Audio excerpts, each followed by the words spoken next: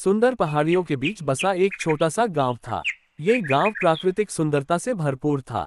चारों ओर हरियाली, खेतों में लहराती फसलें और पक्षियों की चहचहाहट इसे स्वर्ग सा बनाती थी। गांव के लोग सरल और मिलनसार थे। यहाँ अब भी पुराने रीति रिवाजों का पालन किया जाता था। गांव के अधिकतर लोग संयुक्त परिवार में रहते थे, जहां दादा दादी, माता पिता, चाचा चाची और बच्चे सब मिलकर एक छत के नीचे रहते थे। लेकिन धीरे धीरे समय बदला और लोग अपने छोटे छोटे परिवारों में बंटने लगे। इसी बदलाव की कहानी थी रोहित और राजवीर की।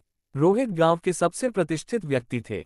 उनका परिवार बड़ा था, उनके माता पिता, दो भाई, उनकी पत्नियां और बच्चे सभी एक साथ रहते थे। परिवार में आपसी प्रेम था, लेकिन कभी कभी छोटी मोटी तकरार भी हो जाती थी। रोहित हमेशा कहते थे, संयुक्त परिवार में रहने का सबसे बड़ा फायदा यह है कि सभी एक दूसरे की मदद करते हैं। जब घर में बूढ़े माता पिता होते हैं तो उनकी देखभाल करना आसान हो जाता है। बच्चे अपने दादा दादी से संस्कार सीखते हैं। उनके घर में हर काम मिलजुल कर किया जाता था, खेत जोतने से लेकर त्योहार तक। वहीं दूसरी ओर राजवीर, जो रोहित का भाई था और आधुनिक सोच का था, उसने सोचा कि संयुक्त परिवार में हर किसी की इच्छाएं पूरी नहीं हो पाती और अक्सर आपसी झगड़े भी होते हैं। इसलिए उसने गांव के बाहर एक छोटा सा घर बना लिया और अपनी पत्नी और बच्चों के साथ अलग रहने लगा।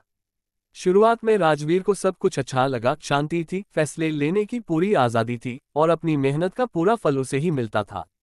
लेकिन धीरे धीरे उसे एहसास हुआ कि अकेले रहना इतना आसान नहीं है। जब वह बीमार पड़ा तो उसकी पत्नी को अकेले ही सारी जिम्मेदारियां उठानी पड़ी। बच्चों की पढ़ाई और घर का खर्च बढ़ने लगा। सबसे बड़ी बात, त्योहारों और उत्सवों में वह अपने परिवार को बहुत याद करता था। एक दिन गांव में एक बड़ा मेला लगा।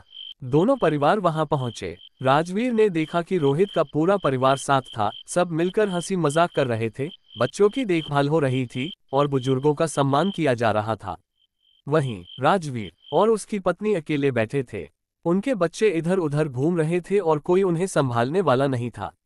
उस दिन राजवीर को समझ आया कि अकेले रहने से स्वतंत्रता तो मिलती है, लेकिन संयुक्त परिवार में जो अपनापन होता है वह कहीं और नहीं मिलता। उसने रोहित से कहा, भैया, आपने सही कहा था।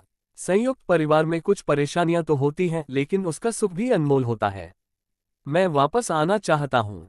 रोहित ने खुशी खुशी उसे वापस परिवार में शामिल कर लिया। मोहन के लौटने से परिवार और भी मजबूत हो गया। अब वह मिलजुल कर खेती करता, त्योहारों में शामिल होता और अपने बच्चों को अच्छे संस्कार देता। इससे हम ये सीखते हैं कि संयुक्त परिवार और एकल परिवार दोनों के अपने अपने फायदे और नुकसान होते हैं। लेकिन जहाँ प्यार, सहयोग और समझदारी होती है, वहाँ परिवार एक मजबूत आधार बन जाता है। चाहे संयुक्त हो या एकल, असली खुशी तब होती है जब परिवार में एक दूसरे का साथ और सम्मान हो। परिवार साथ हो तो हर कठिनाई आसान लगती है।